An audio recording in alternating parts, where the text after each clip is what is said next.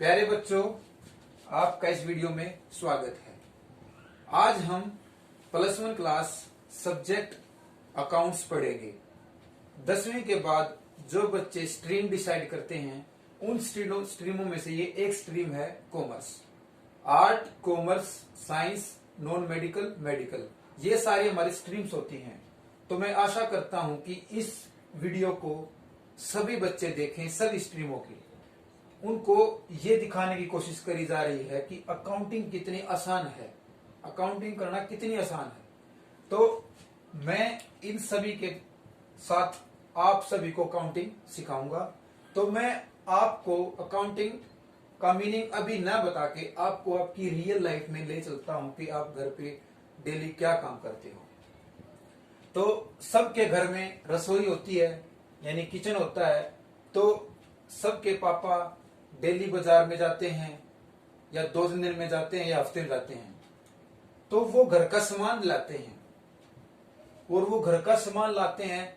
अगर उनको without list बोल दिया जाए कि आप ये चीजें लाओ, इस लिस्ट को भूल जाओ, पहले ये देखो लिख क्या रखा है।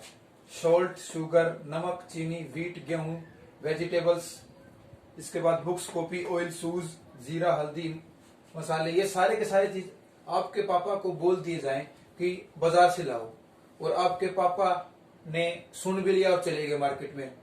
मार्केट में जाने के बाद उनको नमक याद रहा, शुगर याद रही, व्हीट्स, वेजिटेबल्स में वो गोभी, 1 किलो गोभी भूल गए, जीरा भी याद था उनको, हल्दी भी, लेकिन इलायची भूल गए, मसाले भूल गए। उसके बाद बुक्स उनको याद थी, कॉपी उनको याद थी, तेल भूल गए, जूते। तो इस तरह उनको काफी चीजें याद न रही।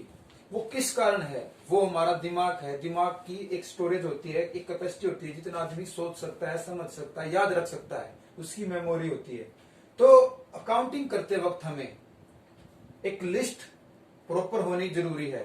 तो अब मैं उसको दोबारा, वो घर पे आए आपके पापा जी, तो घर पे आके दोबारा एक लिस्ट लेके गए। लिस्ट ले जाने के बाद वो सारी की सारी चीजें लिख के ले गए। अब उन्होंने कोई भी चीज मिस नहीं करी। तो क्या अब वो घर पे सारा सामान ले आए। अब उनका यूज रसोई में हो गया। ठीक, बिल्कुल। अब हम एक बिजनेस की पॉइंट तरफ चलते हैं। बिजनेस में क्या होता है? एक बिजनेस स्टार्ट किया राम नाम के व्यक्ति ने। अब उसको भी बिजनेस चलाने के लिए कौन कौन सी बातें हैं जो ध्यान में रखनी उसे? सबसे पहले उसको एक लिस्ट बनानी होगी। क्या? Buildings, furniture, tools, stock, transport, capital, labour, manager, lighting and owners, और सारे भी पॉइंट हो सकते हैं। तो बिजनेस को चलाने के लिए भी उसे एक लिस्ट तैयार करनी होगी। अब इस मैं हर जगह लिस्ट लिख रहा हूँ, ये लिस्ट ही क्यों लिख रहा हूँ? क्यों इसलिए लिख रहा हूँ? क्योंकि हम अकाउंटिंग करते हुए हमें हर गुड्स की डिटेल चाहिए चाहती है, जिससे हम उसका एनालिसिस, क्लासिफिकेशन, समराइजिंग, यूटिलाइजेशन कर सके। वो ही हमारा अकाउंटिंग कहलाता है। अब हम देखते हैं कि अकाउंटिंग का मीनिंग क्या होता है। ए से हमारा होता है एनालिसिस करना, कि मतलब जो लिस्ट हमारे पास थी उन सभी को एनालिसिस करना, विश्लेषण करना, मतलब कोई चीज में कमी तो नहीं रह गई, एनालिसिस करना 1 बाय 1 करके। उसके बाद उसकी कॉस्ट, क्या हम उसकी कॉस्ट चेक कर सकते हैं कि उसकी प्रोडक्शन के टाइम पर कितनी लागत थी, अब वो कितने में बेच रहा है, वो होती है हमारी कॉस्ट। यानी अगर इस मार्कर को बनाना है तो इसकी कॉस्ट क्या आई है। अगर ये हमें मार्केट में 25 रुपए का मिल रहा है तो इसकी एक्चुअल कॉस्ट कितनी थी, तो अब उस कॉस्ट पे जो ओनर है वो कितने रुपए कमा रहा है। उसके बाद है क्लासिफिकेशन। हो सकता है इन सारी चीजों का क्लासिफिकेशन अलग अलग तरीके से किया जाए। एनालिसिस तो सभी का किया जाएगा, लेकिन जो क्लासिफिकेशन है वो एक, जैसे कि अब A section, B section, class में सेक्शन हो जाते हैं ना, ये हमारा क्या क्लासिफिकेशन, कि ए सेक्शन के बॉयज, बी सेक्शन की गर्ल्स, इसको बोला जाता है क्लासिफिकेशन। अब 1 बाय 1 करके कि बिल्डिंग्स में कितनी बिल्डिंग है हमारा, उसका क्लासिफिकेशन करना, फर्नीचर कितने है उनका क्लासिफिकेशन करना, टूल्स, स्टॉक, ट्रांसपोर्ट, कैपिटल। इसी तरह जब हम रसोई में जाते हैं, रसोई में जाकर हम हर एक चीज को अलग अलग डिब्बे में डाल देते हैं, वो क्या कहलाता है? हमारा क्लासिफिकेशन। इसके बाद ओनर, कि अब अकाउंटिंग जो कर रहा है, अकाउंटिंग जो करवा रहा है, उस बिजनेस का कोई ना कोई ओनर होगा। इसी तरह घर में रसोई का भी कोई ना कोई ओनर कौन है? तुम्हारी मम्मी। इसके बाद चलते हैं हम यूसेज यूटिलाइजेशन, यूटिलिटी, या यूटिलाइजेशन, उपयोगिता। अब इन सारी चीजों का क्या हम उपयोग कर रहे हैं? बिल्कुल कर रहे हैं। एन से नॉन मॉनेटरी आइटम, इनमें होता है कि कुछ अकाउंटिंग करते हुए कुछ बगैर पैसे की हमारी आइटमें सामने आती हैं जिनका हम कोई भी रिकॉर्ड नहीं करते, उसको बोला जाता है नॉन मॉनेटरी आइटम। जैसे कि ऑनेस्टी, अगर कोई व्यक्ति ऑनेस्टी से काम कर रहा है तो उसकी ईमानदारी को क्या हम लिखेंगे? 100 रुपए की ईमानदारी थी उसकी, या फिर 1000 रुपए की ईमानदारी थी, इसको रिकॉर्ड नहीं कर सकते, तो इसको क्या बोला जाएगा? नॉन मॉनेटरी, गैर मौद्रिक रूप। इसके बाद ट्रांसपोर्ट, अब इस सामान को लाने ले जाने के लिए ट्रांसपोर्ट की जरूरत है। इसके बाद है आई, इंफॉर्मेशन, इंफॉर्मेशन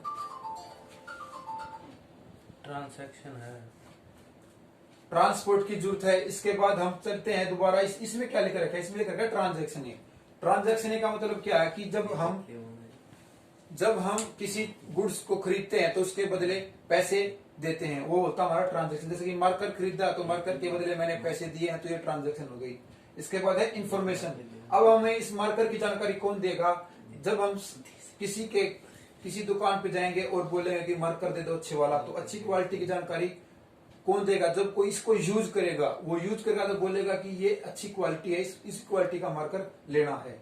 लास्ट है नेचर। नेचर तो डिपेंड करता ही है कि कहीं भी काम कर रहे हैं। गुड्स, और गुड्स होता है हमारे माल, कोई भी गुड्स ले लो, जैसे कि मार्कर ले लो, पेन, पेंसिल, शूज, कुछ भी ले सकते हो, वो हमारी गुड्स होती हैं। तो मैंने 1 बाय 1 करके अकाउंटिंग का ACCOUNTING एक एक का हिंट दे दिया, और इसी से हमारी डेफिनेशन चैप्टर, पूरी अकाउंटिंग इसी से होगी हमारी। तो आशा करता हूं यहां तक आप सभी को समझ में आया होगा। अब हम आगे चल के इसका मीनिंग देखते हैं क्या है। क्या हमारा बुक्स में जो मैंने ये डायग्राम और बिजनेस के बारे में बताया, किचन के बारे में बताया, क्या एक्चुअल में हमारे डेफिनेशन में ये बातें लिखी हुई हैं? देखते हैं। मीनिंग ऑफ अकाउंटिंग, लेखांकन का अर्थ। It means of collecting, summarizing, analysis and reporting in monetary terms information about business। कि व्यवसाय में जब व्यवसाय को स्टार्ट होता है तो उसमें क्या होता है? उससे संबंधित कोई भी सूचना, इंफॉर्मेशन, जो यहां लिखा था मैंने, ये रहा इंफॉर्मेशन, उसके साथ के साथ उसका मॉनेटरी टर्म्स, जो इंफॉर्मेशन हमें मिली है वो हमारा, उसके साथ के साथ जो हम काम करेंगे वो पैसे से संबंध होना जरूरी है। मॉनेटरी टर्म्स, जैसे कि अगर फर्नीचर खरीदा है तो उसके बदले में पैसे देने हैं, या फिर अगर हमने कोई लैंड खरीदी है तो उसके बदले पैसे देने, वो हमारी मॉनेटरी टर्म है, पैसे के संबंध में है सारी की सारी। उसके बाद हम उसकी रिपोर्ट तैयार करेंगे, उसका एनालिसिस, समराइजिंग, ये सारा हमारा अकाउंटिंग कहलाता है। जैसे कि किचन में क्या किया था, हमने एक लिस्ट बनाई थी, और लिस्ट बना के बाजार में गए थे, और बाजार में जाने के बाद ये सारी चीज खरीद लाए थे, और खरीद लाने के बाद हमने क्या करा था, इसका टोटल करा था, कितने का सामान है, वो हमारा पैसे की टर्म में होगा, मॉनेटरी टर्म। उसके बाद हमने कलेक्ट इन सारी चीजों को एक थैले में इकट्ठा किया था। उसके बाद समराइजिंग, सारा का सारा चेक किया था, क्या हमारी 1 बाय 1 करके सभी लिस्ट में हमारा नाम है। उसके बाद रिपोर्ट, फिर घर आके सारी की सारी चीज बोल दिया कि नमक, शुगर, व्हीट, वेजिटेबल्स, तो ये हमारी रिपोर्ट है। लास्ट में हमारा क्या होता है? बिजनेस का रिजल्ट निकालना होता है कि बिजनेस को प्रॉफिट हुआ या लॉस हुआ, ये हमारा अकाउंटिंग कहलाता है। एक बार फिर से देख लेते हैं कि अकाउंटिंग होता क्या है। ए से एनालिसिस करना, मतलब किसी चीज को हम देख सकते हैं कि ये प्रॉपर तरीके से काम कर रही है नहीं, उसका एनालिसिस करना। अगर आपको मैं पढ़ा रहा हूं तो आप मेरे को पढ़ता देख रहे हो और मेरे को एनालिसिस कर रहे हैं कि सर कहां तक पढ़ा चुके हैं, कैसा पढ़ा रहे हैं, ये एनालिसिस है। कॉस्ट, हो सकता है कि अगर आप कोई गुड्स खरीदें, आपको मार्केट से वो कितने रुपए में मिली है, लेकिन एक्चुअल उसका प्रोडक्शन कितने रुपए में हुआ है, तो वो हमारी कॉस्ट है। जब भी किसी गुड्स को बनाने में जो लागत आती है वो हमारी कॉस्ट कहलाती है।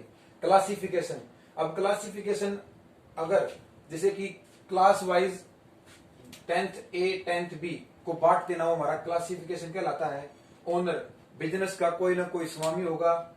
नॉन मॉनेटरी, ऐसी आइटमें जो पैसे की फॉर्म में ना है उनको हम नॉन मॉनेटरी आइटम कहते हैं, जैसे ऑनेस्टी, ईमानदारी।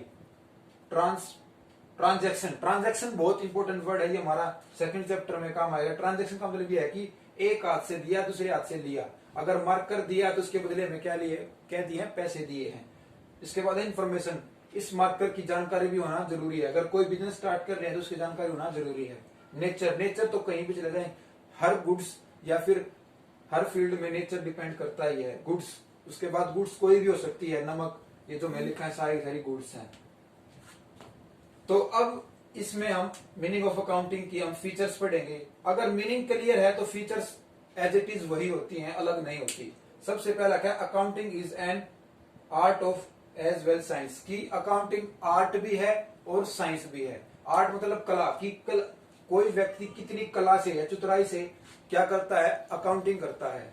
और साइंस, साइंस का मतलब है कि सिस्टमेटिक, अगर हम सिस्टम ढंग से यानी कंटिन्यूस किसी काम को करें और उसका रिजल्ट निकालें, हमारा साइंस है। इसके बाद recording of financial transaction only, अगर ना कि जो भी चीज हम रिकॉर्ड करेंगे वो सारी सारी मनी की फॉर्म में होनी जरूरी है, विदाउट मनी नहीं रिकॉर्ड करेंगे। क्लासिफिकेशन करना, वही क्लासिफिकेशन पार्टों में डिवाइड कर देना। समराइजिंग, अब ओवरव्यू देना उसका कि हमारी जो चीज आई थी वो सारी की सारी हमारे बिजनेस के अंतर्गत है या नहीं है। रिजल्ट निकालना, फाइंड आउट रिजल्ट कि कितना प्रॉफिट हुआ है और कितना लॉस हुआ है। कम्युनिकेटिंग, कि अब जितनी भी बातें हमें बताई हैं उन सारे के बारे में हमने कब विचार करना एक दूसरे के साथ। ये हमारा अकाउंटिंग का मीनिंग होता है।